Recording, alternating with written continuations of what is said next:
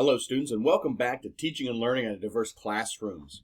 This is Dr. Brewer, and we're starting the third part of our course, Continuing the Conversation. Two parts of the course where we started the conversation and engaged the conversation about multicultural education and what it is to become and develop ourselves into culturally competent educators working for equity and education for all.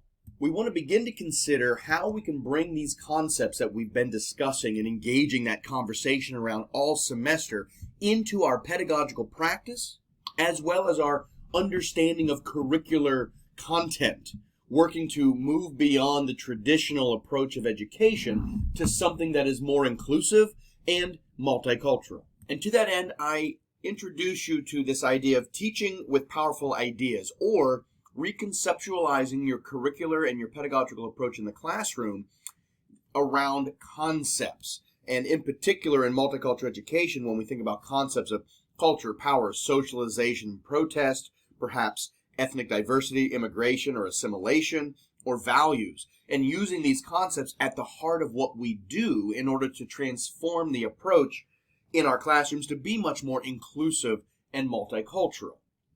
And so we read and we think about that, as well as the Banks typology of content integration. And James Banks actually wrote both of these pieces for the week. And the idea that I want you to reflect on your own experience. Think back to your own education in grade school and high school, maybe even college. Which of the typologies, where in the typology did your educational experience fit? And consider how you might have done it differently and how you can move beyond the contributions and the additive to some form of transformative, if not addressing some aspects of social justice in your classroom. But at the heart of all of this is the idea of the teacher as a curriculum instructional gatekeeper. Your approach to your curricular engagement with students, the way you instruct, the pedagogical way you produce learning in that classroom with your students is based on what you know and how you came to know what you know. You are a gatekeeper.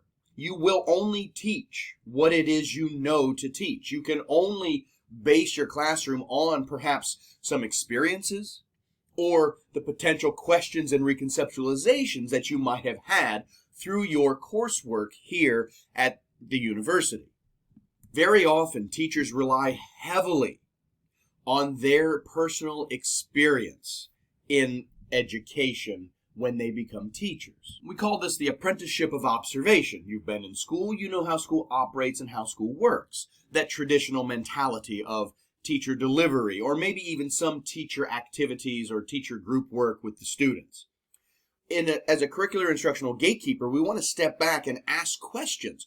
Where are the gaps in our knowledge about content, and where are the gaps in our knowledge about pedagogical approaches? What are the different ways we can engage this course or this classroom or this content? How can we teach different from the way we've seen it before? Is there a better way? As curriculum instructional gatekeepers, we want to develop a set of questions to ask as we prepare our lessons and when we engage with our students to make sure we're being multiculturally minded about the way we teach and what we teach.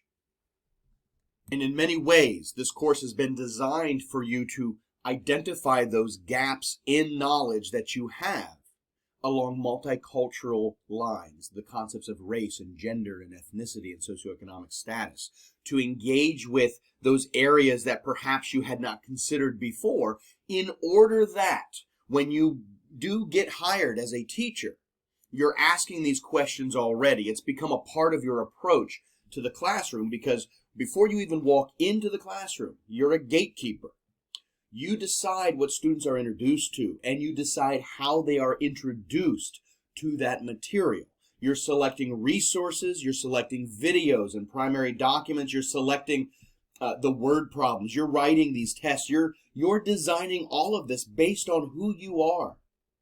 And so as that curriculum instruction and gatekeeper, we want to ask multicultural questions, which is the focus of that activity for the week. It's a short week, and so it's a short activity. There is no discussion this week. You can work on the Banks typology with your group if you wish, or you may do it individually on your own. That is up to you. Now, the rest of this Prezi, a focus on your cultural autobiography for this week. Take time to really make sure you are developing your thinking, you're engaging in the product, you're working on creating a reflective piece that has a purpose and goes in a particular direction that you want to go. And please remember that it does not have to be a written paper. You can create a podcast. You could develop a Prezi. There are a number of products that you could create instead of a paper. So, or you can blend a paper with other digital media, perhaps images and video and audio. You can blend that together.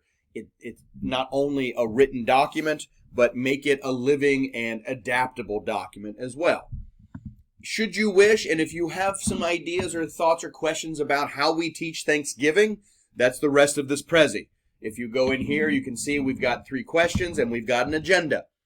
Thanksgiving is very often taught poorly in our educational system. And it's taught because of a lack of knowledge and a misunderstanding and a focus on the myths of Thanksgiving as opposed to the historical accuracy, the primary documents that we have, the data and the information, and the deeper meanings and the deeper understandings that we can develop. And so here's 3 different ideas that you might investigate. The Snopes is a participating in a fact-checking exercise, activity based on primary documentation. You might look into the history of how Thanksgiving came to be from Sarah Josepha Hale, who single-handedly almost created the modern example of Thanksgiving that we see today. Throughout this, I also pepper in some different activity ideas that instead of doing the pigeons or instead of creating construction paper headdresses and buckle hats and all of that garbage that has no meaning and no root, there's just no purpose to it, perhaps you can do other things. You know, Sarah Josepha Hale, she petitioned the White House on a regular basis. Have the students write or call into the White House for a particular reason. Every year, the president pardons a turkey. Have the students explain why they're pardoning a turkey. There's activities that you can do that are rooted in modern examples of Thanksgiving and the actual experiences of those that even created the modern Thanksgiving. So thinking about that, what are the different activities you can do instead of those traditional approaches to teaching Thanksgiving that we often do? For example, the hand turkey. Why use a hand turkey when you might be able to use a perhaps more accurate hand antler? Because they did, in fact, eat deer at the first Thanksgiving. And perhaps you would do some visual discovery as well. So just some ideas. If you're interested, you can kind of take a trip through and you can click through that. It's not required. You don't have to.